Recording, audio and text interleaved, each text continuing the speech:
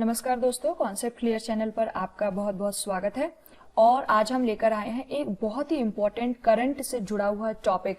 जी हाँ, ये वीडियो जो है वो बहुत ही इम्पोर्टेंट और बहुत ही मज़ेदार होने वाली है आप लोगों के लिए, क्योंकि आज हम कवर करेंगे इजराइल के जो नए प्रधानमंत्री बने हैं नफ्ताली बेनेट को। पूरी तरह से इसे हम वीडियो में कवर करेंगे और कैसे ये बने हैं। इससे पहले जो हमारे इनके पीएम थे बेंजामिन नेतान्याहू, वो हटे हैं। और कैसे एक ये जो गठबंधन की सरकार है वो केवल भारत में ही नहीं बनती है, वो इजराइल में भी बनती है। और इजराइल में ये सरकार बनी है, कोएलिशन की गवर्नमेंट बनी है। तो कैसे बनी है, कैसे पूरा इसके पीछे की डायनेमिक्स रही है, वो आज हम इस वीडियो में समझेंगे। तो अगर आपने अभी तक इस चैनल को सब्सक्राइब नहीं किया है और वीडियो को लाइक नहीं किया तो फटाफट से लाइक बटन दबा दीजिए और चैनल को सब्सक्राइब कर लीजिए। और बढ़ते हैं हम आगे। तो इस इजराइल में जो इलेक्शंस होते हैं, सबसे पहले तो मैं आपको बता दूं कि इजराइल की जो पार्लियामेंट है, जैसे हमारे यहाँ बोलते हैं पार्लियामेंट, संसद, ठीक है, उसी तरीके से इजराइल की जो पार्लियामेंट है उसे बोलते हैं केनेसेट। ठीक है, उसका नाम है ये। एग्जाम में कई बार क्वेश्चन पूछा भी जाता है। जैसे जापान की पार्लियामेंट है उसको बोलते हैं डाइट, तो इसी तरीके से इजराइल की पार्लियामेंट को बोलते हैं केनेसेट। अच्छा, अब यहाँ पर टोटल कितनी सीट्स हैं? 120 सीट्स हैं इनकी पार्लियामेंट में, इतने मेंबर्स की जगह है। और यहाँ पर जो हमारा सिस्टम होता है सिलेक्शन का, वो होता है प्रोपोर्शनल रिप्रेजेंटेशन सिस्टम। तो ये सिस्टम बेसिकली इंडिया में भी फॉलो होता है। कहाँ पर फॉलो होता है कि किस व्यक्ति को या किस इंस्टीट्यूट को सिलेक्ट करने के लिए ये होता है, किसके मेंबर्स को सिलेक्ट करने के लिए होता है, ये आप लोग बताएंगे कि इंडिया में प्रोपोर्शनल रिप्रेजेंटेशन सिस्टम जो है वो किस जगह पे यूज किया जाता है, वो आप मुझे कमेंट सेक्शन में बताएंगे। ठीक है, तो उस तरीके से होता है इनका सिलेक्शन, इनके पीएम का। और इसमें जो आपकी मिनिमम रिक्वायरमेंट होती है, उतने वोट आपको एक पार्टी को मिलने ही चाहिए, दैट इज 3.25% वोट। तो ये तो थी एक मोटे मोटे तौर पर आपकी इजराइल के जो पार्लियामेंट है, इजराइल की जो केनेसेट है, उसके बारे में जानकारी। और यहाँ पर भी मैं आपको एक बार थोड़ा सा शॉर्ट में बता देती हूँ कि टोटल 120 सीट है इनके पार्लियामेंट में। और जो इनका जो सिलेक्शन होता है वो प्रोपोर्शनल रिप्रेजेंटेशन के आधार पर होता है, जिसमें कि हर पार्टी को लगभग 3.25% वोट तो चाहिए ही होते हैं। और अभी तक इजराइल का क्या रहा है सिस्टम कि वहां पे हमेशा ना सिंगल पार्टी को कभी भी मेजोरिटी मिलती ही नहीं है। हमेशा वहां पे मोस्टली कोएलिशन की गवर्नमेंट ही रहती है, क्योंकि 120 है तो 120 का आधा क्या हुआ, 60 में। तो अगर आपको जीतने के लिए चाहिए तो आपको कितनी चाहिए उस पार्टी को वोट? 61। तो हमेशा हमें 61 वोट चाहिए होते हैं। और इस बार जो हमारे बेंजामिन नेतान्याहू जो हारे हैं, उनको मिले हैं सिर्फ 59 वोट्स। वो एक वोट से हार गए हैं। ठीक है, एक वोट से हमारे जो नफ्ताली बेनेट हैं वो जीत गए हैं। इसमें भी आप कहेंगे एक कहाँ गया, तो एक जो उनका मेंबर था वो था हमारा एब्सेंट। तो इसलिए टोटल ये 60-60 का हो गया था और उसमें से ये सिर्फ एक वोट से इनका सिलेक्शन नहीं हुआ है। अब हम बात करते हैं जो नए प्राइम मिनिस्टर बने हैं इजराइल के, तो वो है हमारे नफ्ताली बेनेट, और जो कि हमारे 60 वोट से जीते हैं एज कम्पेयर टू 59 वोट्स। और ये इससे पहले ये बहुत मल्टी मिलियनर एक एंटरप्रेन्योर के रूप में भी जाने जाते रहे हैं, और अमेरिका बेस्ड इनके फादर मदर रहे हैं, और मतलब कि इनके लिंक्स हैं वो अच्छे रहे हैं, अच्छे ये एंटरप्रेन्योर रहे हैं। इनकी जो पार्टी है, कौन सी पार्टी से ये सिलेक्ट हुए हैं, ये वो है इनकी पार्टी यामिना पार्टी। तो आप इनका ये नाम याद रख लीजिएगा।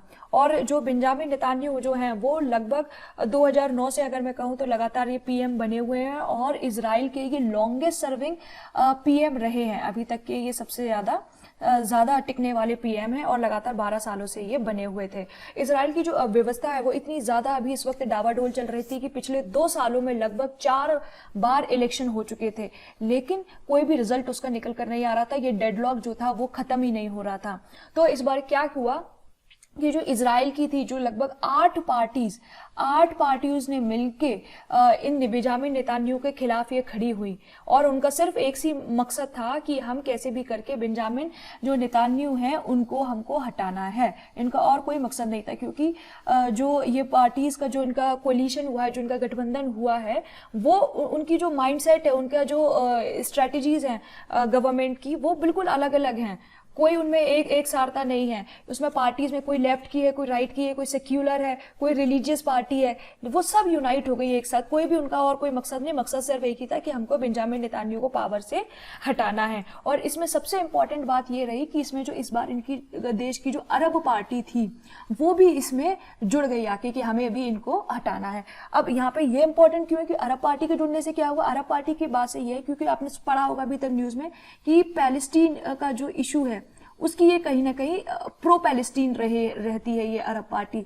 ये पैलेस्टीन के खिलाफ रहते हैं राइट वाले जो लोग हैं कि पैलेस्टीन पे हम कब्जा कर लेंगे या वेस्ट बैंक पे कब्जा कर लेंगे या इनको यहाँ नहीं रहना चाहिए। तो ये लोग जो है वो प्रो अरब पार्टी है कि ये लोग मुस्लिम के बारे में ज्यादा सोचते हैं। आपको पता है इजराइल में ज्यूइस की जो सेटलमेंट्स हैं और मुस्लिम के भी हैं और वो सब ठीक से रहते हैं, लेकिन जो मुस्लिम के बारे में ये लोग ज्यादा सोचते हैं अरब पार्टी, लेकिन वो भी इस कोलिशन में इनके साथ आ गए हैं।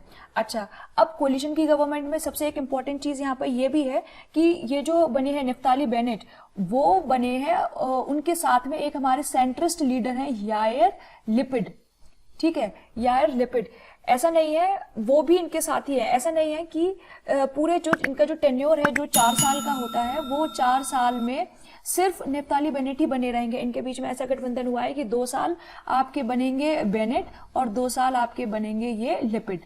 ठीक है, तो 2-2 साल का ये इनका टेन्योर है। 2023 में ये कुर्सी छोड़ देंगे और लिपिड उस पर आएंगे। ऐसा अभी इनके बीच में एक डील हुई है। तो लेकिन क्या होगा 2023 तक, इक्वेशंस कैसे बदलती हैं, सरकार टिकती भी है कि नहीं टिकती, क्योंकि कोलिशन की सरकारों का टिकना बहुत मुश्किल होता है। तो चलिए फटाफट से नेतान्याहू के बारे में देख लेते हैं, जो अभी इनके लॉन्गेस्ट सर्विंग पीएम थे और जो कि अब हट चुके हैं। ठीक है, 71 ईयर्स ओल्ड थे और 2009 में वापस से बने थे। और इन्होंने जो वेस्ट बैंक और में बहुत ज्यादा सेटलमेंट, ईरानी सेटलमेंट, ईरान के लोगों को जाकर बसाया था। पैलेस्टीनियन जो एस्पिरेशंस थी उनको बहुत ज्यादा दबाया था, मतलब अपने देश के विकास के लिए इन्होंने बहुत काम किया था। बहुत इकोनॉमिक सक्सेस हुई थी और अभी जो कोरोना वायरस के खिलाफ भी जो बैटल हुआ था उसमें भी इन्होंने बहुत अच्छे से काम किया था। तो ओवरऑल इनका जो परफॉर्मेंस था वो बहुत अच्छा था। और प्रॉपरली ये राइट विंग एक्टिविस्ट हैं, मतलब कि इनको ये बिल्कुल नेशनलिस्ट हैं। ये इजराइल के बारे में बहुत ज्यादा सोचते हैं और जो इनके जो इजराइल के जो सेटलमेंट्स है उसके बारे में बहुत सोचते हैं कि हमें वेस्ट बैंक में कब्जा करके इजरायली सेटलमेंट बसाने हैं। लेकिन अभी इन पे हो क्या रहा है कि ये करप्शन के चार्जेस इन पर लगे हुए हैं। यहाँ पे करप्शन के चार्जेस को 1000, 2000 या 3000 ऐसे करके देखा जाता है। तो इस तरीके से पे इन पर 3-4 करप्शन के केसेस लगे हुए हैं, जिनका कि इन पर ट्रायल चल रहा है कि इन्होंने किसी से गिफ्ट लिया है, वाइन्स ली हैं, या इन्होंने कोई मीडिया में अपना प्रमोशन करवाया है अननेसेसरी। तो इस तरीके के चार्जेस इन पे लगे हुए हैं। अगर ये चार्जेस प्रूफ हो जाएंगे तो इनको हो सकता है जेल भी जाना पड़ सकता है।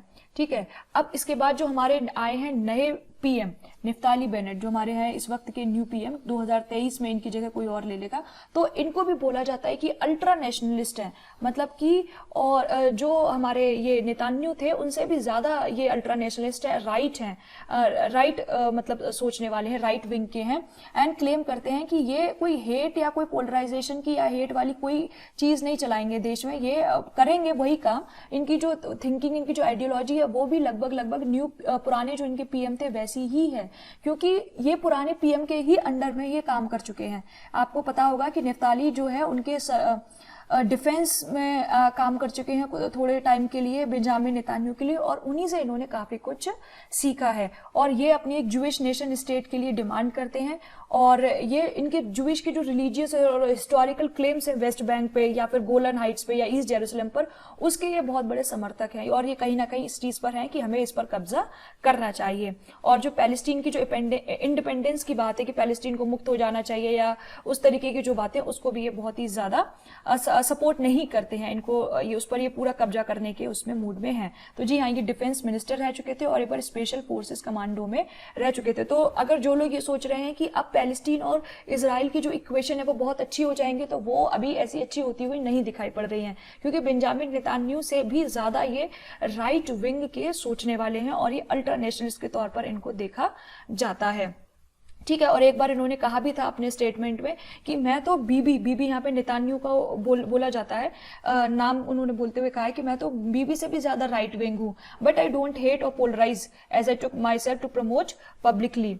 ठीक है, मैं अपने को बहुत हेटरेट उसमें नहीं देख सकता, बट मैं देश के लिए जो मुझे करना है वो मैं करूंगा।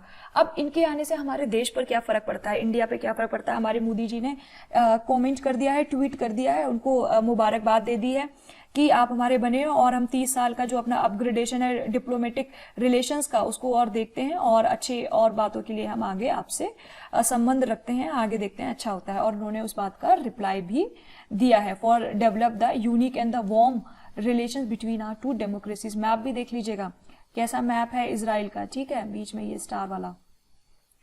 ठीक है। अब हमारे और इंडिया और इजराइल के बीच में बहुत अच्छे रिलेशंस रहे हैं हमेशा से। आपको पता है 2017 में बेंजामिन नेतन्याहू ने इंडिया को बुलाया था, अपने यहाँ वेलकम किया था, और वो इंडिया से पहुंचने वाले इजराइल में पहले हमारे कौन थे, पीएम थे जो कि इजराइल में गए थे। इसके अलावा जो इंडिया है वो लार्जेस्ट बायर है इजरायली मिलिट्री इक्विपमेंट का, सबसे ज्यादा इक्विपमेंट्स हम लोग खरीदते हैं मिलिट्री के वहां पर। और Israel the second largest defence supply to Russia and India. और डिफेंस सप्लाई की भी बात करें तो भी रशिया और इंडिया में करता है। और इंडिया कई बार यूनाइटेड नेशंस में उसके खिलाफ वोट करने से अपने आप को बचाता रहा है। इंडिया कभी भी उसके खिलाफ वोट नहीं करता इजराइल का। तो इजराइल और इंडिया के जो टर्म्स हैं, जो रिलेशंस है, वो अभी तक बहुत अच्छे रहे हैं और यूनिक और वार्म रिलेशंस रहे हैं। तो आगे भी ऐसा लगता है इनको देख के कि जो रिश्ते हैं वो वैसे ही इंपॉर्टेंट रहेंगे।